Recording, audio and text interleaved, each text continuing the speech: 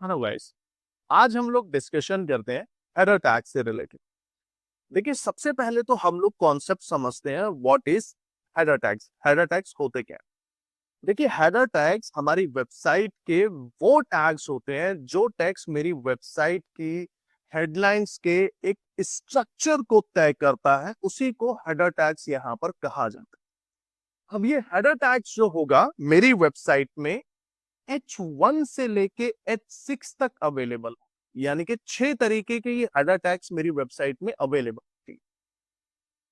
इन header tags को अगर देखा जाए तो एक्चुअल में इनका वर्क होता है हेडलाइंस की स्ट्रक्चर को डिफाइन कर, यानी कि मेरी वेबसाइट के पेजेस पे जितनी भी इंफॉर्मेशन अवेलेबल, किस हेडलाइन को क्या प्रायोरिटी यहाँ पर प्रोवाइड करानी है, उन्हीं सभी हेडलाइंस की प्रायोरिटी को डिसाइड करने के लिए, उन सभी हेडलाइंस की प्रायोरिटी को डिसाइड करने के लिए हेडर टैग्स का यूज यहाँ पर करा जाता है। एक एग्जांपल से हम लोग समझते हैं। देखिए, आप जैसे किसी वेबसाइट पे यहाँ पर विजिट करते हैं एंड जाहिर सी बात है कहीं ना कहीं क्रॉलर भी हमारी साइट को विजिट करता है।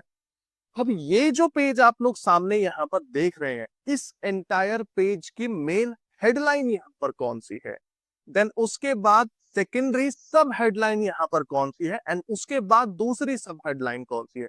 तो यानी कि मेन हेडलाइन से लेके सब हेडलाइंस तक के सीक्वेंस के जो पैरामीटर, उसकी इंपॉर्टेंस को जो यहाँ पर डिसाइड डिसाइड करेगा एंड जो तय यहाँ पर करेगा, उन्हीं को हेडर टैग्स एक्चुअल में कहा यहाँ पर जाता है। तो इन हेडर टैग्स के थ्रू ही हम क्रॉलर्स को ये समझाने में समर्थ यहाँ पर होते हैं कि हमारी वेबसाइट की किस हेडलाइन को मेन प्रायोरिटी यहाँ पर प्रोवाइड करानी है एंड किस हेडलाइन की लेस यहाँ पर प्रायोरिटी है।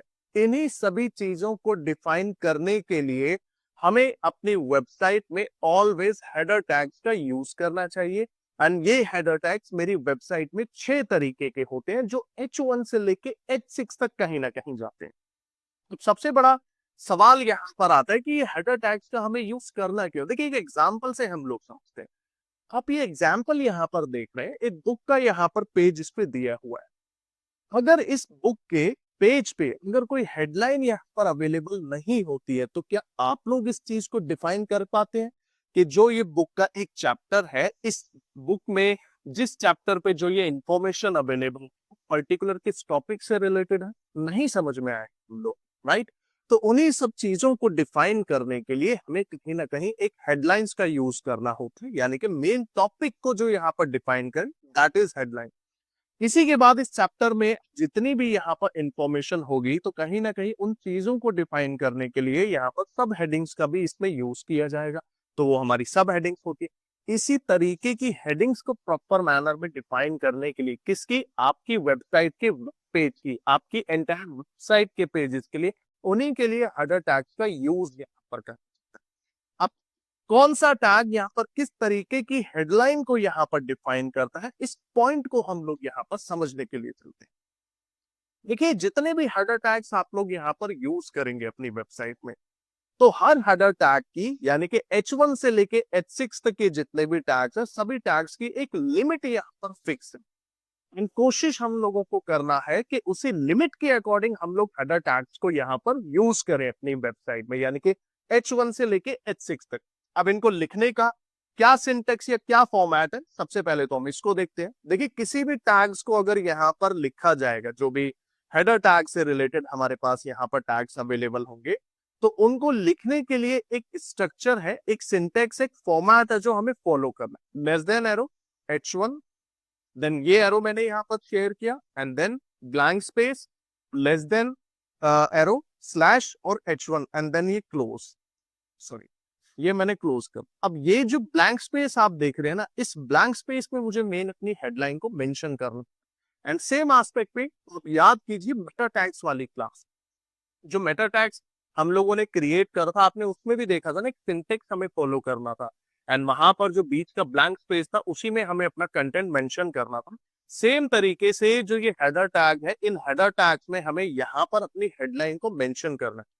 तो ये H1 टैग यहाँ पर हुआ। सेम एस्पेक्ट पे अगर H2 टैग मुझे यहाँ पर मेंशन करना हो, जस्ट फॉर्मेट मेरा सेम यहाँ पर फॉलो होगा, बस H1 की जगह पर मुझे H2 को यहाँ पर मेंशन करना।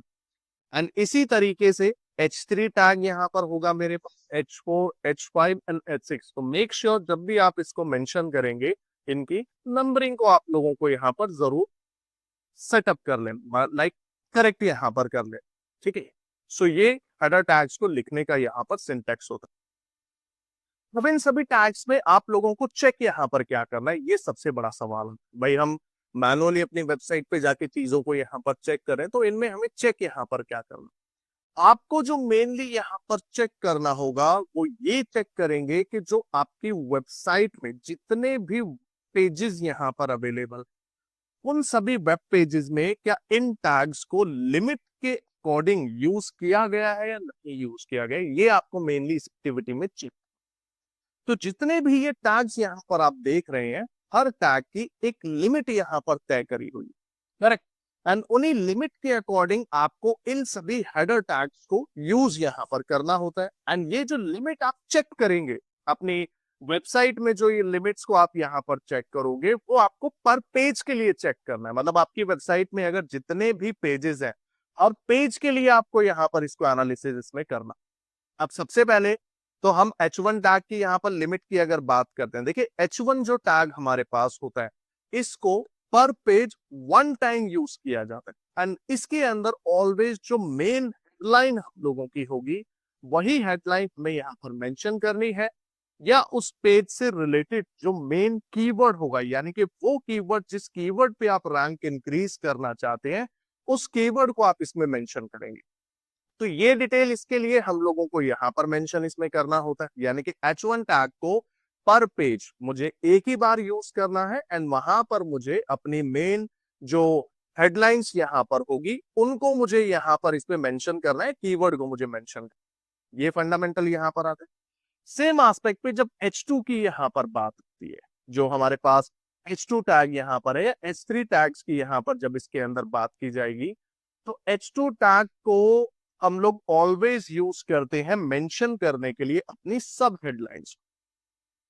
हम सब हेडलाइन को यहाँ पर इस पे मेंशन करते हैं। एंड H2 टैग को आपको कोशिश ये करनी है यहाँ पर, लाइक आप 5 से 7 बार जो है कहीं ना कहीं अपने एंटायर पेज पे यूज करें, 5 to 7 टाइम्स। जो देखिए ये लिमिट जो है ना, यहाँ पर कोई एक फिक्स यहाँ पर नहीं है कि आपको इनको 5 बार ही यूज करना है या 10 बार यूज करना है, बट एक ऊपर फंडामेंटल्स पे देखा जाए एसईओ की, तो कहीं ना कहीं हमें एक्सेस में भी किसी टैग को यूज नहीं करना, तो एक बेटर रिजल्ट हमें मिले, तो उसी के अनुसार हम लोग ये लिमिट्स को डिसाइड करते हैं। तो 5 to 7, 5 to 8 टाइम्स आप हेडर टैग को यूज कीजिए H2 टैग।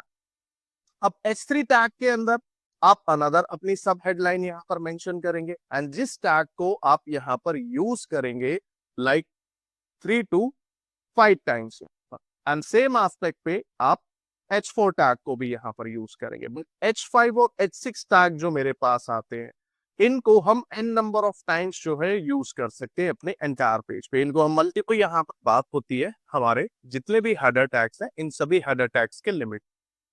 सबसे बड़ा सवाल यहाँ पर ये आता है कि इन सभी हेडर टैग्स के अंदर जितनी भी हेडलाइंस हमारे वेब पेजेस पे अवेलेबल होती है, उन सभी हेडलाइंस को हमें किस तरीके से सीक्वेंस में मेंशन करना है, एंड किस टैग में कितनी हेडलाइंस हम लोग यहाँ पर किस तरीके से मेंशन करें, उन सभी टॉपिक्स को देखते हैं। देखिए आप एग्जाम्पल लीजिए, जैसे ये आपकी वेबसाइट से रिलेटेड कोई वेब पेज है। जब आप इस वेब पेज को एनालिसिस करेंगे, तो इस एंटायर पेज पे आपको मल्टीपल हेडलाइंस यहाँ पर मिलेगी। ये जितनी भी हेडलाइंस होंगी, जो भी इस पेज पे इंफॉर्मेशन अवेलेबल, उसी इंफॉर्मेशन से रेलिवेंट हेडलाइंस होंगी। फॉर एग्जाम्पल लीजिए, देखिए ये पेज हमारा यहाँ से स्टार्ट होता है। आप यहाँ पर एक टॉपिक देख सकते हैं, an IIT Delhi alumni initiative, यहाँ पर एक छोटी सी हेडलाइन ये दी हुई है।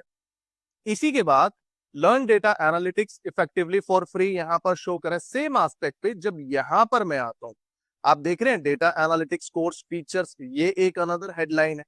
एंड इसके बाद how to learn for free, and कुछ यहाँ पर ये छोटे छोटे पॉइंटर्स में इस पेज पे सब हेडलाइंस यहाँ पर अवेलेबल। फिर एक और हेडलाइन आप देख सकते हैं, data analytics course duration, data analytics course curriculum. अब इसी एजेंडा को आप यहाँ पर देखिए, देखिए मैं इसको एक ही फ्रेम में यहाँ पर मेंशन कर रहा हूँ। देखिए यहाँ पर एक हेडलाइन इस पेज पे आ रही है, how to learn for free.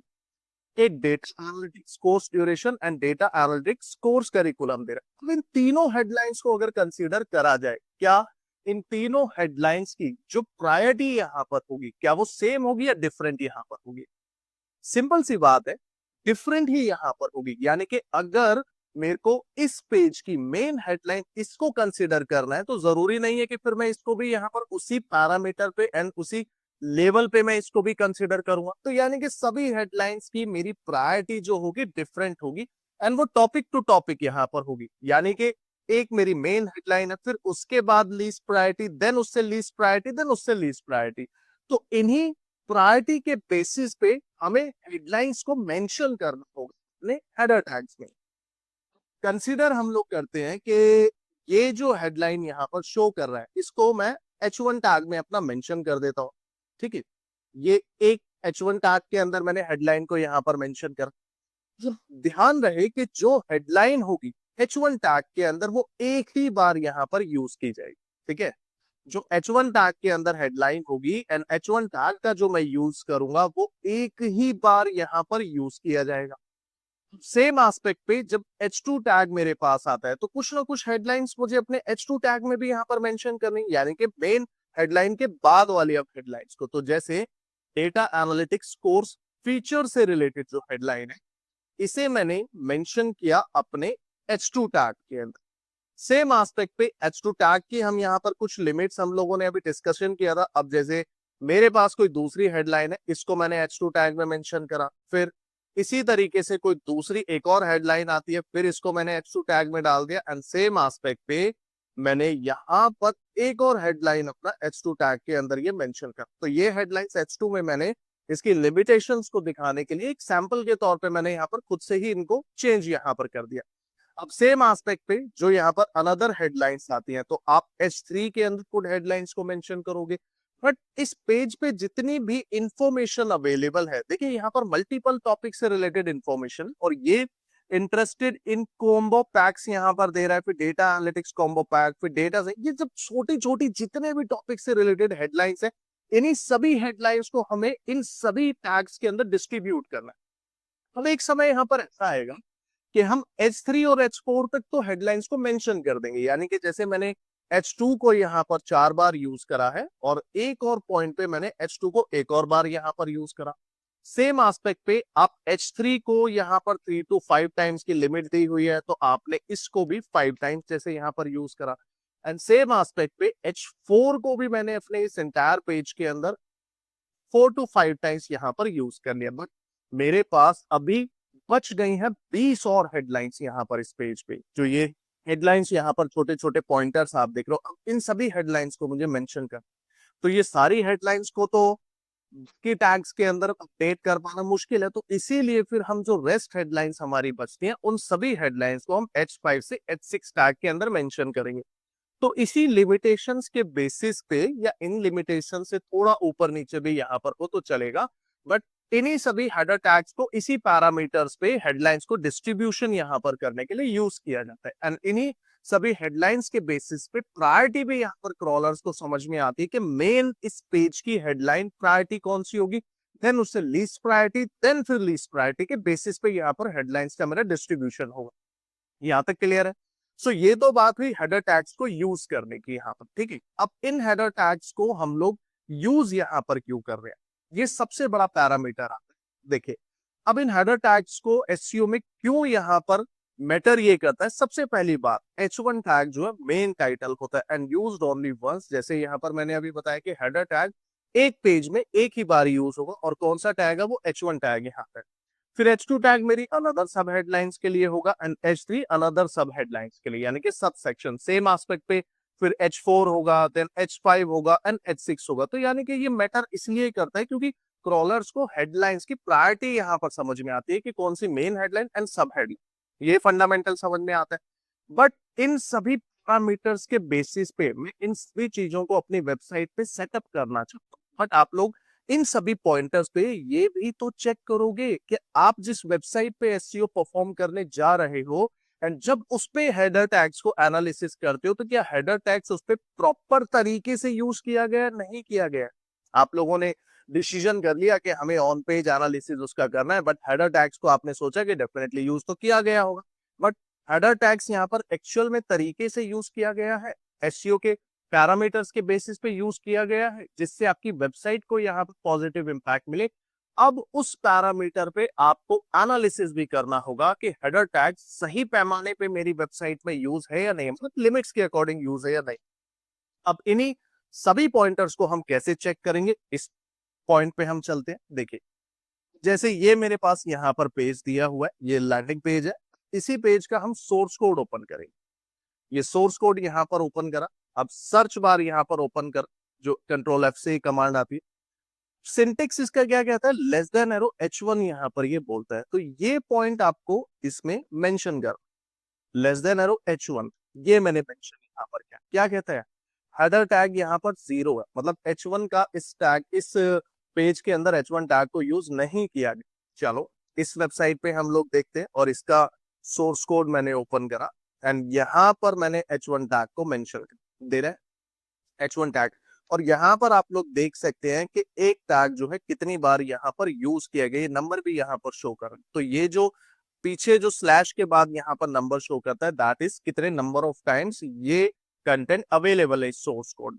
तो यहाँ पर ये कितने बार इसके अंदर शो कर रहा है, एक बार। एंड यहाँ पर जब आप एनालिसिस करेंगे, ग्रेट माइंड्स थिंक डिफरेंटली, यानी कि ये एक हेडलाइन यहाँ पर इन्होंने अपने H1 टैग के अंदर मेंशन यहाँ पर करी हुई है, ये हेडलाइन इन्होंने यहाँ पर मेंशन किया हुआ है, जिसको हम पूरा एनालिसिस कर पा रहे हैं। अब सेम पॉइंट पे आप H2 टैग को देखिए, कितने टाइम्स है, 9 टाइम्स यहाँ पर यूज किया गया। एंड इन सभी में आप देख रहे हैं डिफरेंट डिफरेंट हेडलाइंस को इन्होंने मेंशन किया हुआ, डिजिटल मार्केटिंग, ब्रांड से रिलेटेड, ग्राफिक डिजाइन से रिलेटेड। सेम एस्पेक्ट पे H3 यहाँ पर यूज किया गया 15 टाइम्स, मतलब लिमिट से कहीं ना कहीं थोड़ा सा ज्यादा यहाँ पर लगे। तो बेहतर है इसको लिमिट के अकॉर्डिंग यूज करें, एंड बाकी की जो रेस्ट हेडलाइंस है उनको H4 टैग के अंदर हम लोग शिफ्ट यहाँ पर कर दें। करेक्ट, तो H4 टैग में हमारी आएगी, एंड जो बाकी की हेडलाइंस हमारी यहाँ पर रेस्ट बचेंगी, उन सभी को H5 और H6 टैग के अंदर हमें सेटअप यहाँ करना।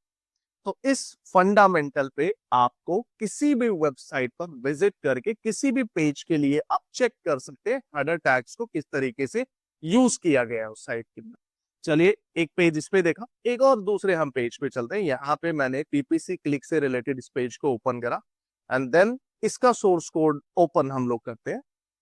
ये सोर्स कोड ओपन करा, अब यहाँ पर देखिए directly H6 0 times, H5 0 times, H4 5 times यहाँ पर यूज किया गया। And want to talk about our PPC services, अब ये देखते हैं ये हेडलाइन के इस पेज पे अवेलेबल है, इसको हम लोग यहाँ पर चेक करते हैं। देखिए,